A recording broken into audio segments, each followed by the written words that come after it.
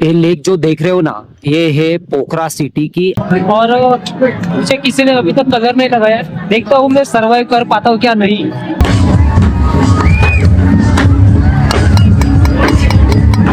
और इतने सारे ऑप्शन है ना खाने के लिए, आप कंफ्यूज हो जाओगे कि आपको ऑर्डर क्या करना है। मजा आ रहा है लेकिन नीचे आते वो फट रही है।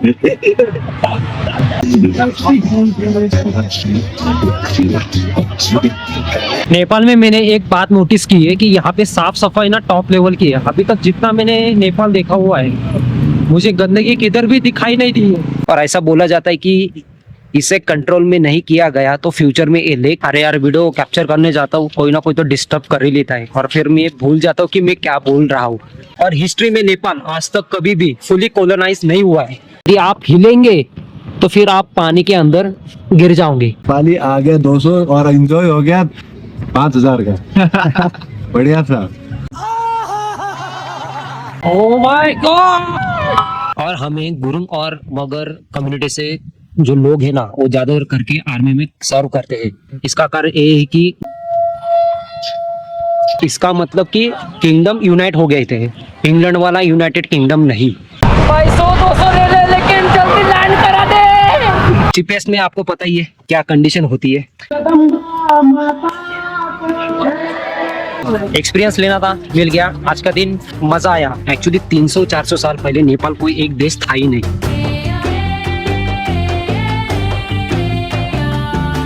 सो hey guys, very good afternoon from Pokhara city. और यहाँ पे रहा मेरा होटल, और इस एरिया के अंदर ना कई सारे होटल्स है, तो यहाँ रहने का कुछ वांदा होता नहीं है। यदि आप ऑफलाइन बुकिंग यदि आप ऑनलाइन बुकिंग भी नहीं करते हो ना, तो यहाँ पे होम स्टेज आपको मिल जाएगा। और यहाँ से बाहर जाने का रास्ता देखो, गली। तो चलो जाते हो और यहाँ की टूरिस्ट प्लेसेस एक्सप्लोर करते हैं। इस गली से गुजरते हुए अंदर की तरफ मेरा होटल है, और यहाँ पर देखो अनगिनत यहाँ पे होटल्स है, क्योंकि टूरिस्ट प्लेस है ना इसलिए। और गली के बाहर निकलते ही मेन रोड शुरू हो जाता है।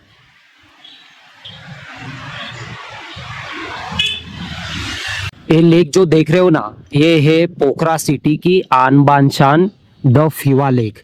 और ये लेक पहले से ही नेचुरल थी, लेकिन बाद में इसे स्मॉल डैम सिस्टम से वाटर कंट्रोल किया गया। और ये लेक अभी धीरे धीरे छोटी हो रही है। इसके कारण है कि सॉइल इरोजन। इसका मतलब ये होता है कि मिट्टी का बह जाना या फिर हट जाना ड्यू टू वाटर, विंड या फिर ह्यूमन एक्टिविटी की वजह से। तो कारण ये हो गया कि सॉइल रीजन, कंस्ट्रक्शन और अर्बन ड्रेनेज। और ऐसा बोला जाता है कि इसे कंट्रोल में नहीं किया गया तो फ्यूचर में ये लेक छोटी बन सकती है या फिर श्रिंक हो सकती है। और आप यहाँ पर राफ्टिंग भी कर सकते हो और बोटिंग भी कर सकते हो, सोलो भी कर सकते हो, और या फिर आप हायर करके राइडर भी बुक कर सकते हो। तो मैं सोच रहा था कि क्यों ना मैं भी एक बोट राइड करूं। तो उसके लिए मुझे पहले रूम पर जाना पड़ेगा, क्योंकि मैं हाथ में मोबाइल या कैमरा में होल्ड नहीं कर सकता हूँ। तो जाके फिर मुझे एक जुगाड़ लगाना पड़ेगा जहां पर मैं कैमरा रख सकूं और फिर रिकॉर्ड कर सकूं। मैंने आपको बोला था ना कि ये लेक छोटी बन सकती है, तो इसका रीजन देखो। ये तो रीजन मुझे लग रहा है कि ह्यूमन एक्टिविटी की वजह से ही है, क्योंकि यहाँ पे जो कंस्ट्रक्शन बनता ना, तो उस कंस्ट्रक्शन के लिए पानी यहीं से लिया जाता है। लेकिन ये चीजें सब होने के लिए कई साल लग जाते हैं। ये कोई 20 साल या 50 साल में नहीं होता है, इसके लिए कई साल जाते हैं। 100-200 साल भी पकड़े। 100-200 साल मुझे भी लग रहा है कि कम बोल रहा हूँ, उससे ज्यादा भी हो सकता है।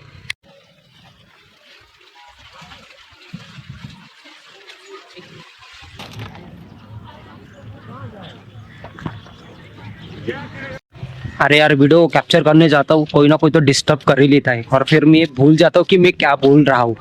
कोई एक शांत प्लेस देखनी पड़ेगी बोलने के लिए। अभी वीडियो मुझे फिर से शुरू से रिकॉर्ड करनी पड़ेगी। देखो, बोटिंग करने से पहले नेपाल की हिस्ट्री के बारे में बता देता हूँ। एक्चुअली 300-400 साल पहले नेपाल कोई एक देश था ही नहीं, बल्कि वो एक रीजन था, और उस रीजन में अलग अलग किंगडम्स के किंग्स रूल्स किया करते थे। गोरखा किंगडम का एक किंग था पृथ्वी नारायण शाह। उन्होंने सोचा कि यदि मैं काठमांडू वैली को कैप्चर करता हूँ तो फिर मैं ट्रेड को कंट्रोल कर पाऊंगा, और यदि मैं ट्रेड को कंट्रोल कर सका तो फिर मैं पावरफुल बन जाऊंगा। अभी ये ट्रेड का क्या मामला है, तिब्बत से इंडिया पहले ट्रेड हुआ करता था और बीच में एक पॉइंट हुआ करता था नेपाल। तो 1740 से लेके 69 तक उन्होंने छोटे छोटे किंगडम्स के ऊपर अटैक करना शुरू कर दिया और धीरे धीरे करके उन्होंने काठमांडू वैली को घेर लिया। अभी काठमांडू वैली क्या एग्जैक्टली, वैली को हिंदी में बोला जाता है घाटी, यानी कि दो पहाड़ों के बीच के नीचे जो एक फ्लैट एरिया होता है उसको बोला जाता है वैली। और 1768-69 में उन्होंने पूरे काठमांडू को कैप्चर कर लिया और उन्होंने बाद में डिक्लेयर कर दिया यूनाइटेड किंगडम। और वहीं से और तभी से शुरुआत हो गई नेपाल की। पृथ्वी नारायण शाह ने यूनाइटेड किंगडम डिक्लेयर किया था, इसका मतलब कि किंगडम यूनाइट हो गए थे, इंग्लैंड वाला यूनाइटेड किंगडम नहीं। क्योंकि ब्रिटिशों ने ऑलरेडी इंडिया के ऊपर एक्सपांड कर लिया था, नॉर्थ में चाइना स्ट्रांग था, तो इनको लगता था कि नेपाल इंडिया और चाइना के बीच फंस चुका है और यदि नेपाल यूनाइट हो जाता तो foreign power can not easily control Nepal. इसके बाद 1814 से लेके 1816 तक ब्रिटिशों ने नेपाल के साथ फाइट किया था। हालांकि नेपाल ने अपना कुछ लैंड खो दिया था, फिर भी नेपाल इंडिपेंडेंट ही रह गया और हिस्ट्री में नेपाल आज तक कभी भी फुली कॉलोनाइज नहीं हुआ है। और यही कारण है कि नेपाल का कोई इंडिपेंडेंस डे है ही नहीं। ये रहा फिवा लेक और फिवा लेक के सामने ही कई सारे कैफेज और रेस्टोरेंट्स हैं और इतने सारे ऑप्शन है ना खाने के लिए, आप कंफ्यूज हो जाओगे कि आपको ऑर्डर क्या करना है। मेरे हिसाब से आप फिवा लेक आना ही चाहिए क्योंकि ये ऐसे भी पोखरा सिटी की आन बान शान है। और आपको बता दूं कि ये फिवा लेक है, उसके सामने वो जो एरिया है ना वहाँ पे पैराग्लाइडिंग की जाती है और जो लैंड किया जाता है वो फिवा लेक के सामने ही किया जाता है। और मैंने ऐसा सुना है कि इसकी प्राइस आई थिंक, मुझे ऐसा लग रहा है कि 3000 रुपये तक आ चुकी है। यहाँ पर पानी पूरी का भी ठेला है और ये रहे कैफेज, जो चाहे मर्जी करो। और यहाँ पे बियर हर शॉप्स में अवेलेबल होती है। ये जो कैफेज देख रहे हो ना, अभी फिलहाल के लिए तो आपको खाली खाली दिख रहा है, लेकिन अर्ली मॉर्निंग एंड इवनिंग के टाइम, मतलब शाम होने के बाद सब भरा हुआ रहता है। लेक के सामने सिर्फ बड़े बड़े कैफेज ही नहीं है, बल्कि यहाँ पे छोटे छोटे लोकल दुकान भी है। चलो जाके देखते हैं कि इनके पास मिलता क्या क्या है। यहाँ पर जितने भी छोटे छोटे शॉप्स है ना, हर तरफ यहाँ पर आपको सेम ही आइटम देखने को मिलेंगे। ये रहा पानी पूरी और यहाँ का इससे भेलपुरी बना के देते हैं। ये क्या पापड़ी, क्या कीमत है पापड़ी का और पानी पूरी का क्या प्राइस है? 100 पर कितने पीस आते हैं उसमें? 120 का 12 पीस। कितना पीस? 12 पीस। 12 नहीं समझा नहीं, 12। हाँ बस। ओके, बोट राइड करने जा रहा हूँ और बोट राइड करने से पहले जैकेट और शूज इम्पोर्टेंटली आपको निकालना पड़ता है। और चलो जाते। आइए। तो दोस्तों मैंने फिवा लेक में एक बोट राइड ली है। उसके लिए मैंने पे की है 200 नेपाली रुपीस और टाइम ड्यूरेशन होता है सिर्फ 1 घंटा। तो 1 घंटा भी बहुत है, अभी इसका मैं मज़ा लूँगा। और एक बात बताता हूँ, इस बोट की एक वियर्ड बात ऐसी है कि यदि आप हिलेंगे तो फिर आप पानी के अंदर गिर जाओगे। हालांकि आप लाइफ जैकेट तो पहने हुए हैं, लेकिन आप गीला हो गए तो मतलब ही क्या हो गया। तो चलो सामने दूर तक एक कोई तो ग्रुप है, उसको मैं ज्वाइन कर लेता हूँ।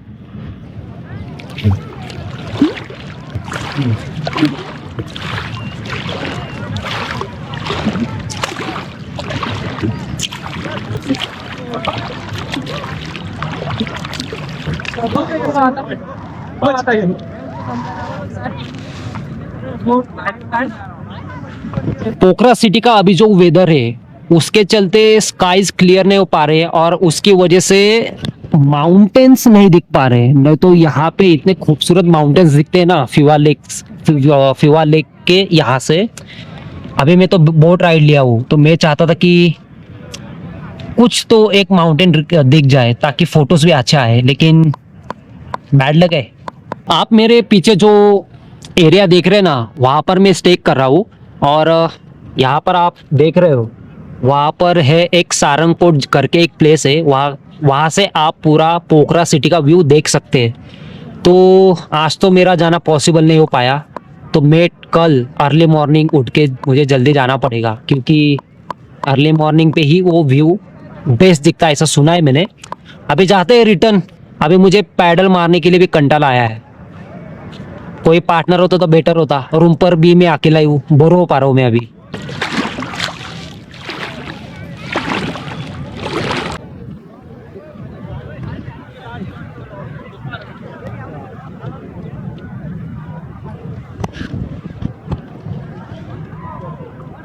दोस्तों अभी बात करते कि पोखरा सिटी बना कैसे। वैसे देखा जाए तो पोखरा सिटी नेचुरली बना हुआ है। थाउजेंड्स ऑफ ईयर्स पहले हिमालय से ग्लेशियर्स पिघला, रिवर्स नीचे आई और फ्लड्स और लैंडस्लाइड्स का सॉइल जमा हुआ और एक फ्लैट वैली क्रिएट हो गई, और तब से ही पोखरा बना हुआ है। पहाड़ों के बीच के नीचे जो फ्लैट एरिया होता है उसको बोला जाता है वैली। तो पोखरा सिटी भी वैली के अंदर ही आता है। और यहाँ का एटमॉस्फेयर टेम्परेचर की बात करूँ तो all time even hottest month में भी दिन में होता है 22 डिग्री तक, और रात में चला जाता है 12 डिग्री, और विंटर के समय नाइट के टाइम में चला जाता है 7 डिग्री या 5 डिग्री तक भी। कोल्ड होता है लेकिन फ्रीज नहीं होता। ठीक है, आजा। मुझे लगता है गिरा देगा। हाँ? ये देख कितना हिल रहा है। हिलेगा ना ये पानी पे, इसीलिए। मजा आया भाई। बोट राइड के हो गए 200 नेपाली रुपीस। ले भाई। पाली आ गया 200 और एंजॉय हो गया 5000 का। बढ़िया था। क्या है उसके पीछे? हिमालय माउंटेन। कौन सा माउंटेन है? माउंटेन का नाम बता। वो वहाँ पे अन्नपूर्णा है, फिस्टल है। ये अभी नहीं दिखने का कारण क्या है? वेदर क्लाउड है ना, ज्यादा क्लाउड है, बारिश होने वाला है। आप कपड़ा लगाया तो अब लास्ट अभी मार्च से लेके मई महीने में आना चाहिए या नहीं आना चाहिए? अभी ऐसा है, देखिए मार्च अप्रैल में घूमने के लिए ठीक है, हाँ बराबर है, क्योंकि अगर आपको माउंटेन दिखाई नहीं देगा, हाँ। लेकिन दिखाई देगा तो बस तो लगेगा आपको कि सिल्वर की तरह पूरा वाइट दिखाई देगा। तो विंटर में सब क्लियर हो जाता है क्या सब? विंटर में क्या है, फिर आपको ठंड की वजह से सवेरे को टाइम की पूरा क्लियर दिखाएगा। अक्टूबर से सीजन शुरू होता है। अक्टूबर से सीजन शुरू होगा। उसके बाद आपको तो ये माउंटेन का पहाड़ है बड़ा वाला, उसका रेंज माउंटेन का दो है ना, हाँ हाँ बड़का वाला। उसका परसा है, उसमें लेक पे दिखाई देता है हाँ, लेक पे दिखाई देता है, बराबर। उस टाइम। तो मैं सर सबसे बेस्ट मानते हैं अक्टूबर और नवंबर ही। तब बोटिंग के प्राइस कितने होते हैं? मैं तब तक तो 1000 बैठ जाता है। तो अभी मैंने 200 दिया 1 घंटे के लिए, हाँ। तो तब कितना होता है? वहाँ तब तो अब जितना मेहनत जाता है उतना ही पैसा बढ़ते जाता है। ठीक है, अक्टूबर से लेके दिसंबर तक हाँ कितना पैसा होता है 1 घंटे का चार्ज? 6 से 7 तक, मतलब 600 रुपए से लेके 700 रुपए तक। तो अभी मतलब सीजन नहीं है इसलिए प्राइस कम है। नेपाल में मैंने एक बात नोटिस की है कि यहाँ पे साफ सफाई ना टॉप लेवल की है। अभी तक जितना मैंने नेपाल देखा हुआ है, मुझे गंदगी किधर भी दिखाई नहीं दी है। इस रोड को ही देखो, यहीं से मेरा होटल चालू हो जाता है, और रोड की कंडीशन देखो।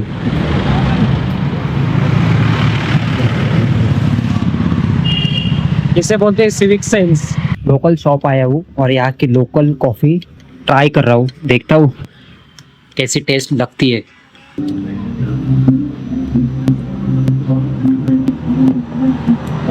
आ चुका हूँ मैं वापस रूम पर, और मैं आज फिवा लेक के अलावा कहीं पर भी नहीं घूमने गया हूँ। और कल की 2 तारीख है, 2 मार्च, और मैंने जितना सुना है कि कल तो होली तो है, लेकिन यहाँ पर इलेक्शन के चलते होली सेलिब्रेट नहीं होने वाली है। यदि होती तो कुछ नया देखने को मिलता, और नहीं हो रही तो भी मेरे लिए बेटर है। घूमने के लिए जाऊंगा, जो स्पॉट बचे हुए हैं उसको मैं देखूंगा, और फिर मैं चला जाऊंगा काठमांडू। लेकिन काठमांडू जाने से पहले मुझे ये देखना पड़ेगा कि वहां पे कर्फ्यू है या नहीं, क्योंकि जो चाचा मिले थे ना फिवा लेक के ऊपर, फिवा लेक पर, उन्होंने बोला है कि वहां अभी जाने का कुछ मतलब नहीं है, क्योंकि वहां पे इलेक्शन है, वहां पे कर्फ्यू लगा है। जैसे लॉकडाउन में जो कर्फ्यू लगता था, कुछ तो टाइम होगा मुझे पता है, बट फिर भी रिस्क लेने का मतलब नहीं उधर जाके। इससे अच्छा मैं पोखरा में ही दिन बिताऊं। कितने दिनों की बात होगी, 1 या 2 3, मैक्सिमम 3 दिन की, उतना तो मैं यहाँ पर स्पेंड कर सकता हूँ। तो अभी एडिटिंग का काम खत्म करते हैं और बाहर जाते हैं घूमने के लिए। कल भी गया था, आज भी जाऊंगा, लेकिन बाहर में कुछ नहीं खाने वाला हूँ क्योंकि ऑलरेडी मैंने कल खाना खाया हुआ था और आज अभी मैं कॉफी पिया हूँ और कॉफी के लिए मैंने पे किया हूँ 110 नेपाली रुपए, जो कि इंडिया के बनते हैं लगभग अप्रोक्सीमेटली 70 रुपीज। सब तरफ चाहे समझ में नहीं आता कि कॉफी क्यों महंगा होता है। फीवर लेके यहाँ पर मुझे चाय, सिर्फ चाय मिल रही थी लोकल लोगों के पास। मुझे एक्चुअली उधर ही कॉफी ट्राई करनी थी, लेकिन कैफेज में मैं भाई गलती से भी मैं ट्राई नहीं कर सकता हूँ। भले ही उसकी प्राइस 180 या 150 है, लेकिन उतना कॉफी के लिए देना वर्थ इट नहीं है। लेकिन मैं बाहर तो जाने का सोच रहा हूँ, लेकिन अभी यहाँ पे ना हल्की फुल्की बारिश हो रही है और जब से मैं पोखरा आया हूँ यहाँ पे बारिश का माहौल बना हुआ है। और एक इसका कारण ये है कि ये आता है वैली में और माउंटेन रीजन क्लोज होने के कारण यहाँ पे बारिश पड़ना कॉमन है। अभी दोपहर के 3 बजने आए हैं और लाइट आ गई थी दोपहर के 12 बजे। कल रात के 9 बजे लाइट जो गई थी आ गई दोपहर के 12 बजे, यानी कि पकड़ लो 14 या 15 घंटे लग गए उसको आने के लिए। आने के बाद 1 घंटा लग गया पानी आने के लिए, तो रेडी होने का कुछ सवाल ही था ही नहीं उस टाइम। फिर इक्विपमेंट मुझे चार्ज करनी थी, उसके लिए टाइम चला गया। थोड़ा काम करना था, उसमें टाइम चला गया।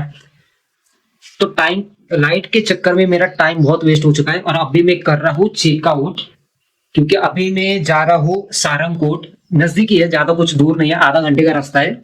वो अभी के लिए उसको पैराग्लाइडिंग का कैपिटल माना जाता है। यदि मेरी प्रॉब्लम सुन के यदि आप सोच रहे कि पोखरा जाए या ना जाए, आपको बता दूं कि